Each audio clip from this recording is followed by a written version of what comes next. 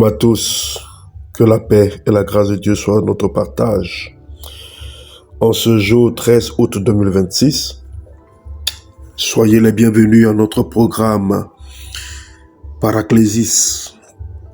L'exhortation du jour a pour thème le désert, l'école secrète de Dieu. Le désert, l'école secrète de Dieu. Notre passage de base est dans Deutéronome, le chapitre 8, le verset 2. Deutéronome, chapitre 8, le verset 2 nous dit ceci.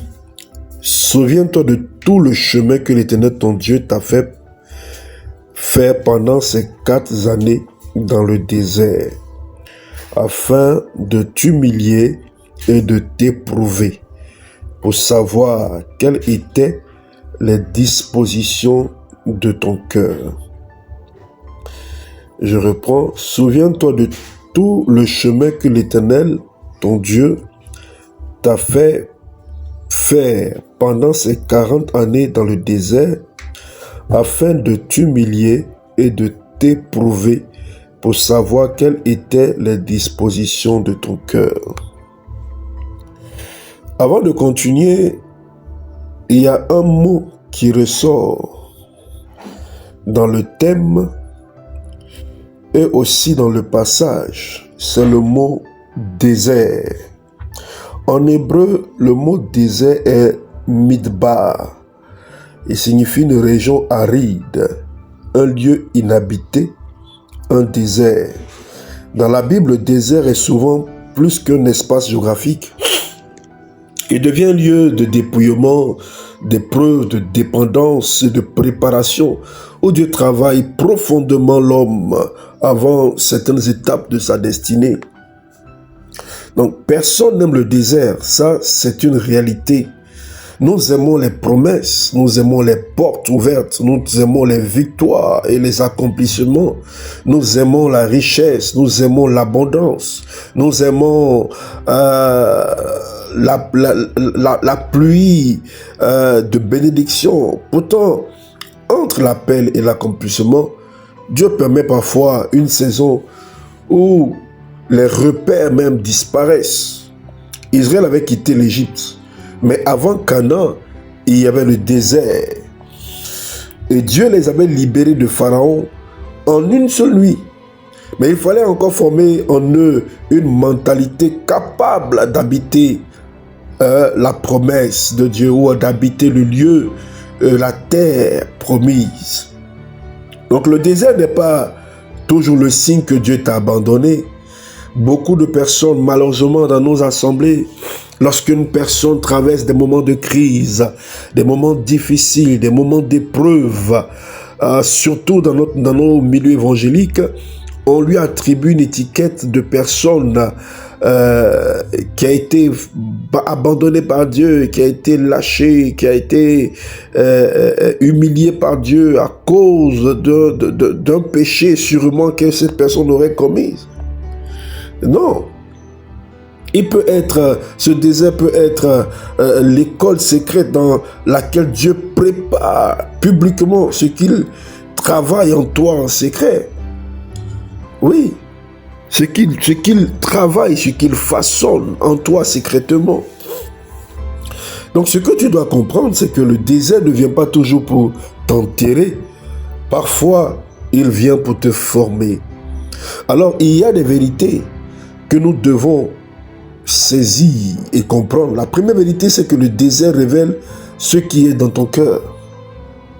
Deutéronome chapitre 8, verset 2, dit que Dieu conduisit Israël dans le désert, notamment pour connaître les dispositions de son cœur. La prospérité peut cacher certaines choses. Le désert les révèle. Quand les ressources diminuent, quand les applaudissements cessent et quand les soutiens disparaissent, ce qui habite réellement le cœur remonte à la surface. Donc le désert ne crée pas toujours ce qui est en toi. Il révèle souvent ce qui était caché. C'est comme aussi l'abondance. Aujourd'hui, certaines personnes dans le désert peuvent manifester un esprit d'humilité. Et c'est pourquoi dans le jargon humain, il est dit souvent que L'argent ne change pas les gens, mais l'argent révèle leur véritable nature qui était cachée par la pauvreté. La deuxième vérité, c'est que le désert t'apprend à dépendre de Dieu. Dans le désert, Israël ne pouvait ni semer suffisamment, ni contrôler ses ressources. Chaque matin, la manne lui rappelait que sa source, c'était Dieu. Alors, dans le désert, chaque chose que tu gagnes te fait comprendre que ce n'est pas de ta force, mais c'est Dieu. Tout est Dieu. Et c'est Dieu qui pourvoit à tes besoins. Certaines saisons difficiles viennent briser l'illusion de l'autosuffisance. Donc Dieu peut permettre que certaines béquilles disparaissent afin que tu découvres que celui qui t'a appelé est également capable de te soutenir. Voici l'une des choses pour lesquelles Dieu permet aussi le désert. Que tu saches qui est ta source, qui pourvoit à tes besoins. Que tu saches que ce n'est pas ta force, que tu ne comptes pas sur ta force, que tu ne comptes pas sur les gens. Les béquilles, ça peut être les gens qui sont autour de nous, qui nous apportent des soutiens. Les béquilles, ça peut être notre travail. Les béquilles, ça peut être notre santé. Les béquilles, ça peut être notre capacité. Les béquilles, ça peuvent être nos compétences. Et de moment, Dieu enlève cela pour que nous ne nous appuyions pas sur notre propre force, mais que nous sachions que l'Éternel est celui qui pourvoit à nos besoins, est celui-là qui est notre source. La troisième vérité que tu dois comprendre, c'est que Dieu peut être avec toi même quand tu ne vois rien. C'est ce que le désert nous enseigne. Le désert paraît vide. On l'a dit plus loin, c'est un lieu aride, un lieu inhabité. Le désert paraît vide. Mais Israël, il y avait la nuée le jour et le feu la nuit et la manne chaque matin. Quelle révélation! Une véritable révélation. Pendant qu'ils étaient dans un lieu vide, un lieu aride, un lieu inhabité, mais Dieu était présent de jour comme de nuit et il pourvoyait à ce qu'ils devaient manger chaque jour. L'environnement était désertique, mais la présence de Dieu n'avait jamais quitté le peuple. Ne juge donc pas la présence de Dieu uniquement à partir de ton environnement, à partir de ce que tu ressens. Des fois, tu peux ne pas sentir, comme d'habitude, quelque chose, ni des frissons. Mais Dieu est là, Dieu est présent avec toi dans ce désert. Tu peux traverser une saison sèche, tout en étant exactement sous la direction de Dieu. La quatrième vérité que tu dois comprendre, c'est que le désert détruit certaines mentalités avant la promesse de Dieu, avant l'accomplissement de la promesse de Dieu. Israël était sorti d'Égypte, mais l'Égypte était encore présente dans certaines de ses pensées. On peut quitter physiquement une ancienne saison tout en continuant à penser comme elle. On peut quitter un lieu tout en continuant à nous comporter comme étant dans ce lieu. Dieu ne veut pas seulement changer ton adresse, il veut transformer ta mentalité.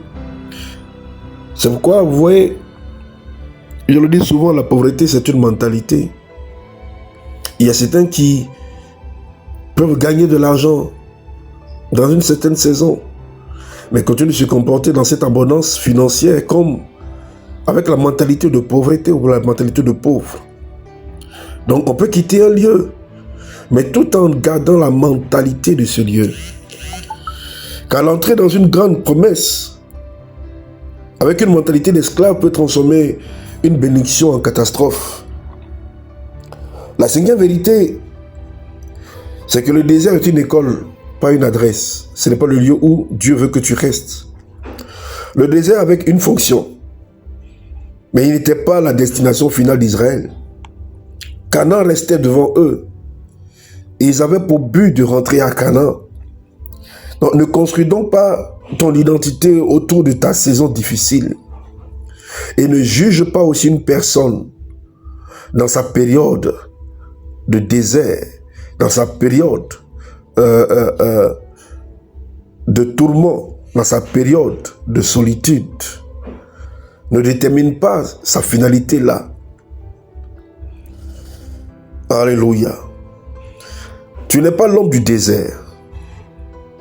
Tu es quelqu'un qui traverse le désert vers une destination, celle que Dieu t'a promise. Donc une saison difficile n'a pas le droit de devenir ton identité permanente. La sixième vérité, c'est que Dieu forme dans le secret. Et ce qu'il forme dans le secret servira dans la prochaine saison. Moïse a connu le désert avant de conduire Israël. David a connu des lieux solitaires avant le palais. Jésus lui-même, il passa par le désert avant le déploiement public de son ministère, avant les guérisons, avant les signes, avant les prodiges. Il est passé un temps dans le désert. Donc il existe des dimensions de caractère, de discernement, de ministère, d'onction, d'endurance et d'intimité avec Dieu qui se développent difficilement sous les projecteurs, difficilement en public. Tu as besoin de te retirer, tu as besoin d'être dans le désert pour que tout cela sorte, pour que tout cela se manifeste. Donc ne méprise jamais ce que Dieu construit en toi lorsque personne ne regarde. Ton désert peut être l'atelier de ta prochaine dimension. La septième vérité que tu dois comprendre, c'est que le désert est aussi le lieu où Dieu trie. C'est le lieu du tri et de l'assainissement. Il existe des personnes que tu ne peux pas réellement discerner lorsque tout va bien. La prospérité attire, la richesse attire, l'abondance attire, mais le désert révèle qui est qui. Dans certaines saisons, Dieu permet que les avantages diminuent, que la visibilité baisse et que les circonstances deviennent difficiles.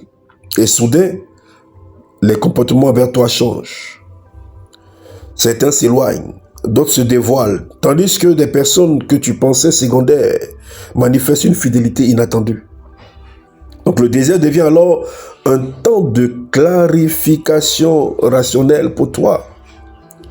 Dieu t'ouvre les yeux sur ceux qui sont réellement autour de toi, ceux qui aiment ta personne et ceux qui aiment seulement ce que tu représentes, ceux qui portent ta vision et ceux qui profitent simplement de ta saison, ceux qui peuvent traverser avec toi et ceux dont la présence appartient seulement à une étape de ton parcours. Mais attention, le désert ne doit pas te rendre amer ou soupçonneux. Dieu ne t'éclaire pas sur les personnes pour que tu les haïsses, mais pour que tu discernes correctement leur place dans ta vie. Tu discernes quelle place tu leur donneras dans ta vie. Donc certaines séparations ne sont pas donc pas nécessairement des pertes. Tu dois comprendre cela.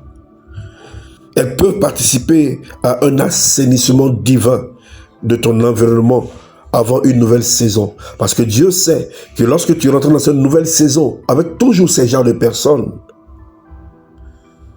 tu risques de te détruire. Il y a des personnes que Dieu ne retirera peut-être pas lui-même de ta vie, mais il permettra simplement au désert de révéler pourquoi ces personnes étaient dans ta vie. Alors, ne pleure pas systématiquement ceux qui partent lorsque ta saison devient difficile. Observe, prie, discerne, loue le Seigneur et rends-lui grâce. Car avant certaines élévations, Dieu ne travaille pas seulement en toi, il fait aussi le tri autour de toi. C'est pourquoi ce matin, je t'invite à faire ces déclarations avec moi. Je ne mourrai pas dans mon désert au nom de Jésus-Christ. Cette saison ne détruira pas ma destinée. Je recevrai la leçon sans perdre la promesse.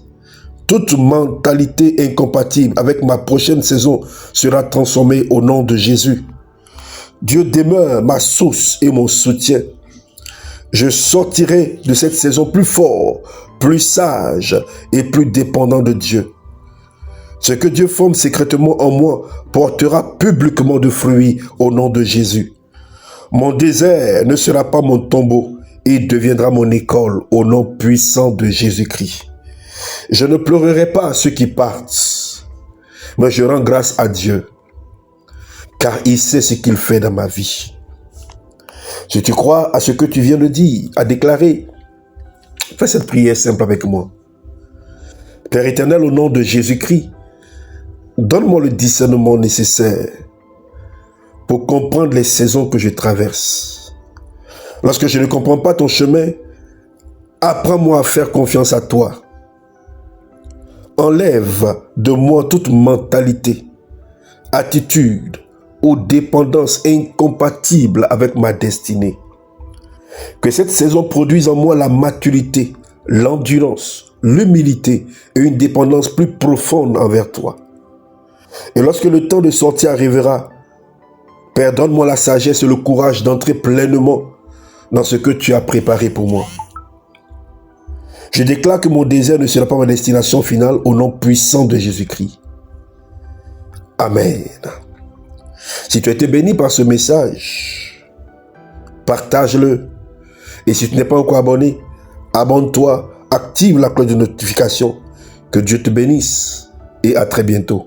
C'était votre serviteur, le pasteur Gaillet Patrick Stéphane. Amen.